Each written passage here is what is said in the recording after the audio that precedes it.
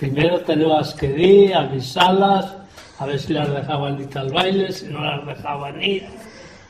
Alguna vez que decían que no, otras veces sí, entonces lleva que tornar a buscarlas. Se prestaban. Que ahora todo eso ya se ha acabado, van todas al baile cuando quieren y como quieren.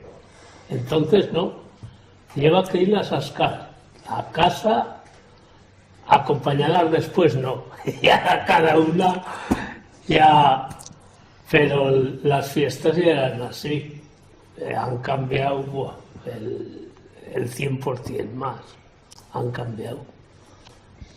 Y claro, a la vez cuando avisaban, iban 2 o 3 mozos, es lo que te contaba Aurelio. Iban 2 o 3 mozos y recorrían pues, casi todas las casas, o 3 o 4, o iban en 2 bandas.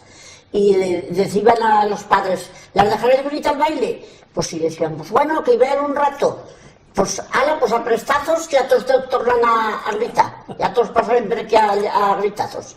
Entonces pues nos tenían que prestar las mozas y así quieren pinchas esperar que viniesen, sin ellos no podían salir. Tenían que marchar con los motos, nos tenían que presentar en el baile. Una vez que en el baile ya apañar.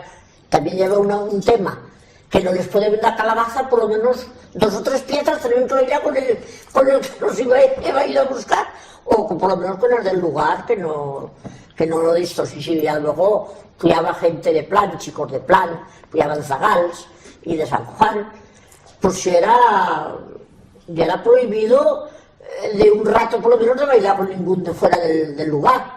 Si le dabas calabazas y le decías no quiero, o te escapabas poco más o menos que febas esto para esto, te decían, ves Isa, después que les iban a buscar y les ponen el baile, ahora te bailar con los forasters. Y son mal visto. Y eso era la calabaza.